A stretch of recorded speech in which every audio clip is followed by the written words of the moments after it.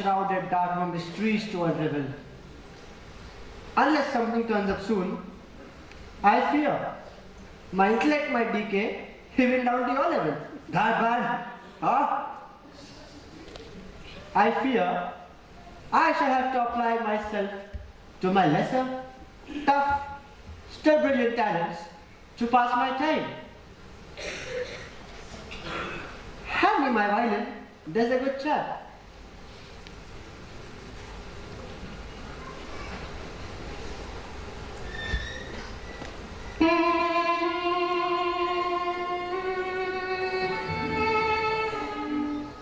I say, Holmes, that's a dashed attractive piece. What is it? My latest composition. What are you going to call it?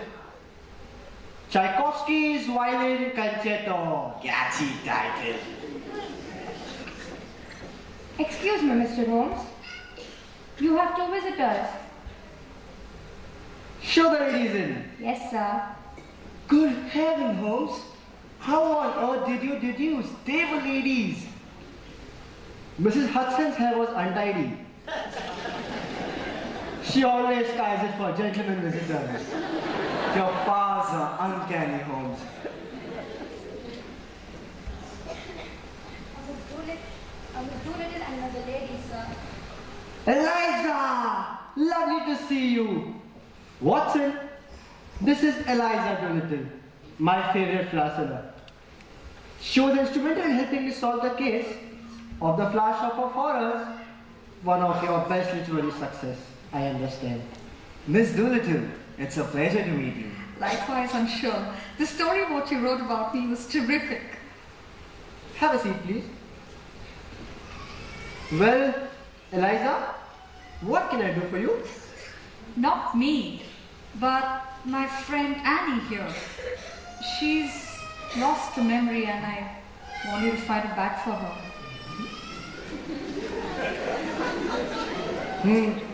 Interesting. Not the usual kind of case I take on, but a challenge nonetheless. Tell me, Annie, is there anything at all that you can remember? Well, she bumped her head early this morning. I think Annie can speak for herself, Eliza. Sorry. I had this flashback of me lying in a field somewhere. There was smoke and noise. A baby crying. And bits of metal everywhere. You never told me about the bits of metal, Annie. It's just come back to me. And for how long have you had this memory loss, Annie? For 10 years near enough. The only thing I can remember is waking up in the hospital. Before that, everything's a blank. Post-traumatic shock syndrome.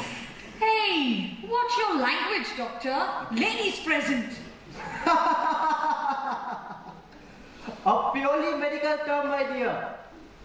The good doctor is probably correct in his diagnosis. And where was this hospital, Annie? In Stockport. Come, Watson. Where are we going? To the offices of the Times. There we shall look up all the back pages of 10 years ago and see if there are any clues in those esteemed pages.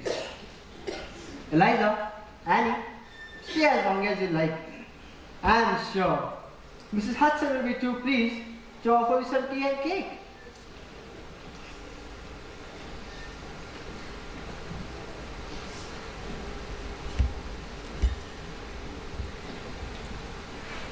Mrs. Hudson's Victoria sponges are superb. Well, Annie, we've got the best detective on our case. If he cannot find out who you really are, no one can. Oh, I hope he can, Eliza. Come, let's have some tea and Victoria sponge. I'll join you in a minute.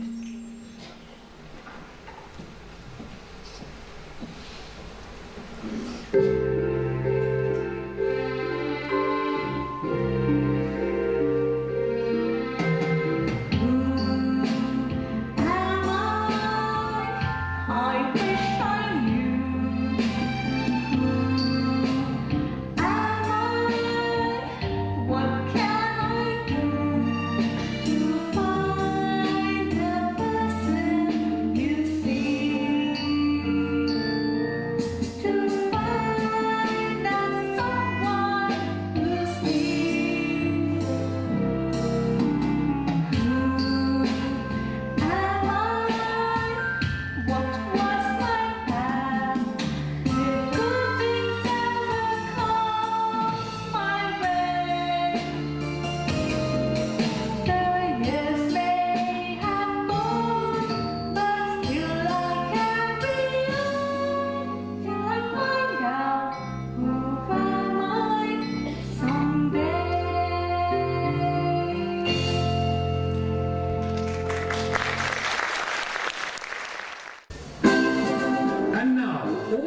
Savoy Theatre for the last scene of the play called Trial by Judge, where Olivia plays the role of the criminal's daughter, Daughter plays the role of an usher, and Fagin plays the part of the judge.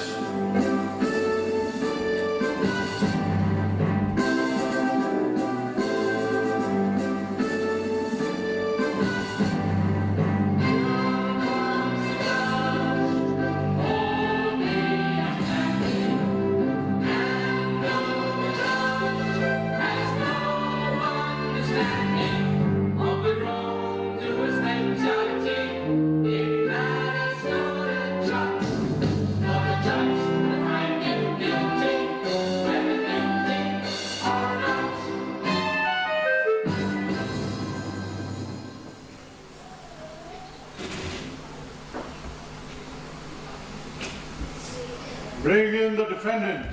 Bring in the defendant.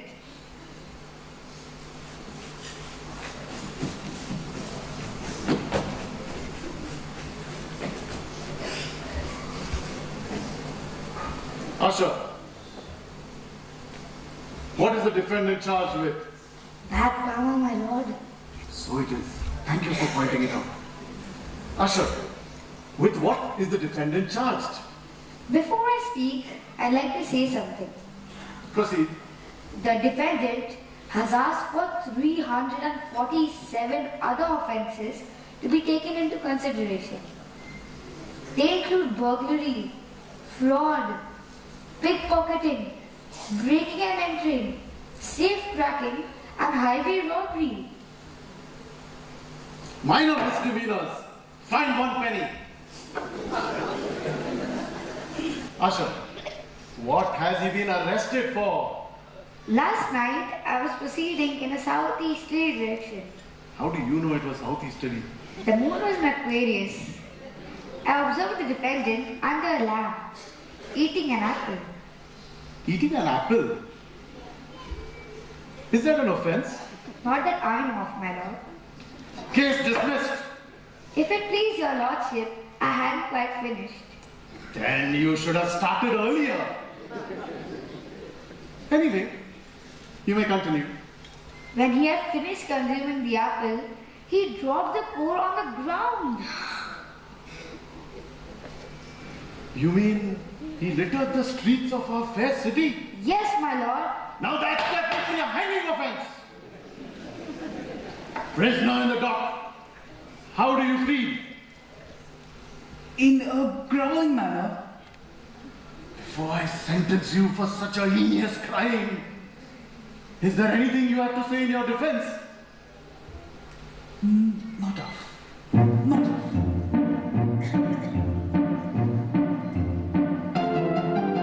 I was practically to the criminal community where pockets could be picked up into every opportunity. The really inclined to implement irredeemable. I was a practically to the criminal community. He was a practically to the criminal community.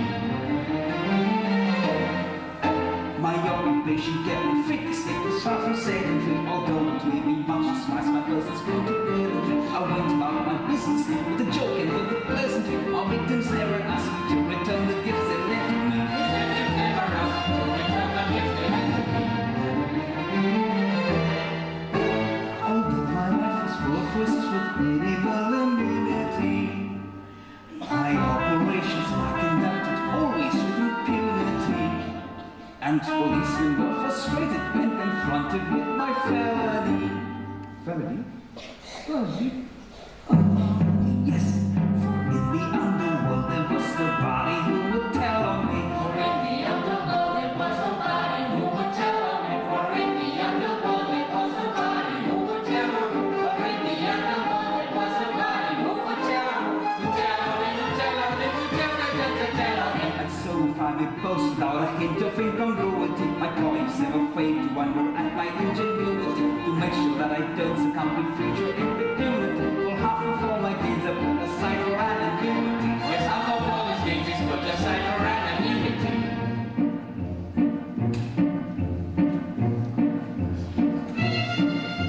A high court judge of high degree, my pedigree is impeccable.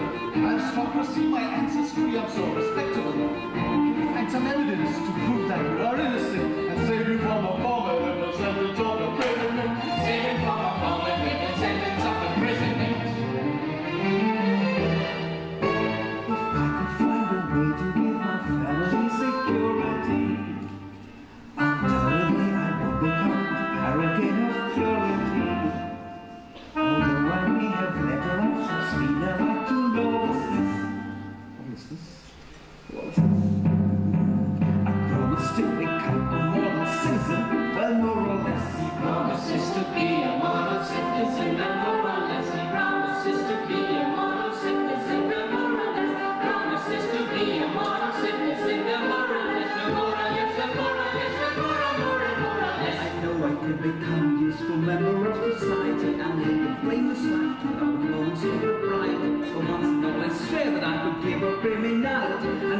career will be concluded with complete finality. Yes, his career will be completed with complete finality. With complete finality, finality, finality.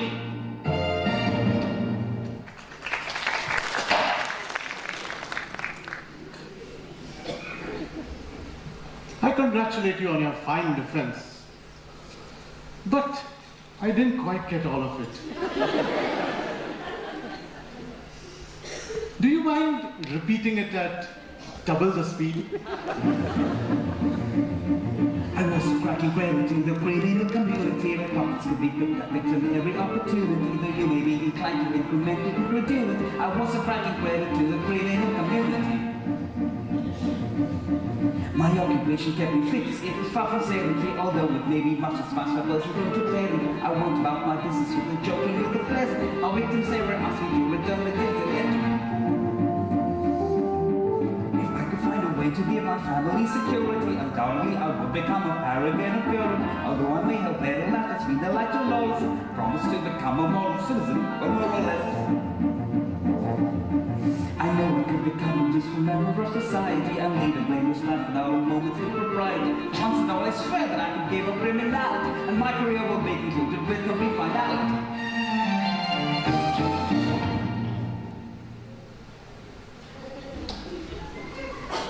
Though you have presented a very convincing argument, I'm not moved to clemency. Before I pass sentence, is there anyone in this court who can present mitigating evidence? Yes, sir. I'm the defendant's daughter, and I would just like to see this. Please don't imprison my father, although he's been wicked and wrong.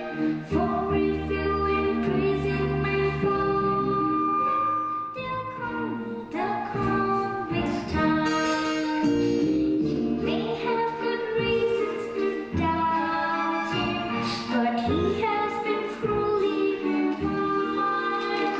I don't know what we'll do without him, so pity the convict's child. My life will be over forever, and so will my father's too. But I know that my father can be good, if you can be good to him too.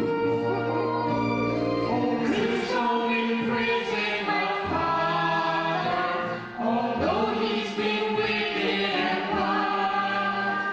For if you imprison my father, they'll call him the convict's child.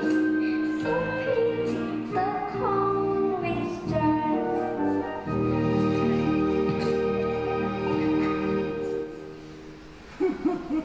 Young lady, you have moved both me and the court with your plea and persuaded me to grant your father mercy.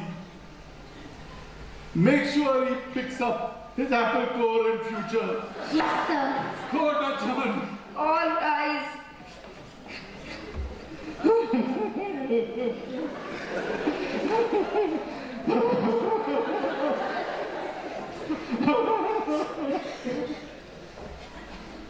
Thank you, young lady.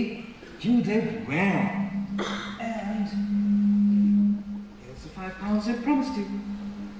Oh, and by the way, what's your name again? In case of unofficial dues, fraudulent paternity to get out of imprisonment, should be for eternity. And now I can assert that the social does assert that I will make a comeback to the criminal fraternity. He will make a comeback to the criminal fraternity.